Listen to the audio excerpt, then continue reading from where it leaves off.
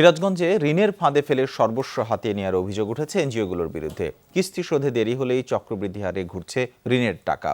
৫ থেকে ৭% কথা বলে দেওয়া হচ্ছে, ঋণ পরিশোধ করতে হচ্ছে কয়েক গুণ বেশি হারে। এমনকি জামানতে সাদা চেক আর বাড়ির দলিলও জিম্মায় নিয়েছে কেউ কেউ। পুঁজি বাড়াতে ২০১৬ সালে বেলকুচির একটি বেসরকারি উন্নয়ন সংস্থা থেকে ১,২০,০০০ টাকা ঋণ নেন খিদ্রমাটিয়া গ্রামের কাপড় ব্যবসায়ী আব্দুল হাকিম। ৬ মাসে ৬৭,০০০ টাকা ঋণ পরিশোধের পর সড়ক দুর্ঘটনায় আহত হন তিনি। এরপর স্ত্রী জীবনতারা হৃদরোগে আক্রান্ত হলে এনজিওর কিস্তি দেয় ভাটা পড়ে। ঋণ খেলাপের দায়ে এনজিওর করা মামলায় গ্রেফতার হন হাকিম।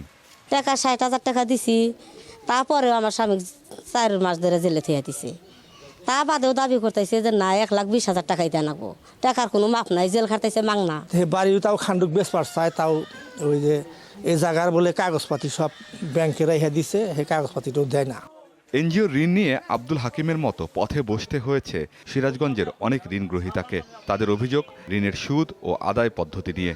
দেখা যায় যে টাকা দেয় এ টাকা 7% অথবা 5% লাভের কথা বলে, কিন্তু টাকাটা 65% 70% ছাড়া যায়, আমরা শুনি পরে। কিস্তির ডরে গাড়ি এখন দিতে পারি না, দিয়ে সরিয়া থাকি। আমি ৩৬,০০০ টাকা তুলছিলাম। এখন কাছে আমরা তো অত বুঝি না, বুঝলে কি আর কিস্তি তুললাম নি। অভিযোগের বিষয়ে কথা বলতে নারাজ ব্র্যাকের বেলকুচি শাখার ব্যবস্থাপক। অবশ্য এক মাঠ কর্মকর্তা ব্যাখ্যা দিলেন নিজের মতো। এক ব্যক্তির লোন নিল ২০,০০০ টাকা, 10 দিনে শোধ করছে, 10 দিনের লাভ নেবে ব্র্যাক, আর বাকি যে 11 মাস 20 দিন আছে তার লাভ নেবে না।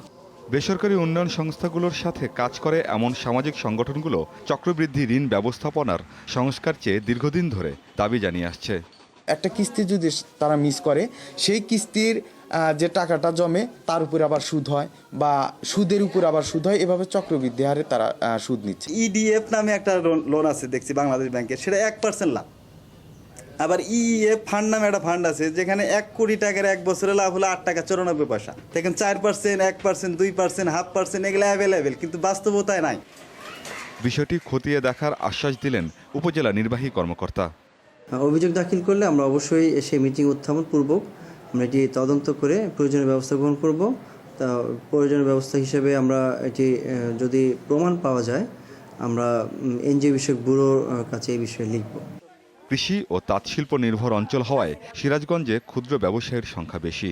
মাইক্রোক্রেডিট রেগুলেটরি অথরিটির হিসাবে বৈধ ৬৯২টি এনজিওর বেশিরভাগই এই জেলায় তাদের ক্ষুদ্র ঋণ কার্যক্রম পরিচালনা করছে। আমিন বাবু, যমুনা নিউজ।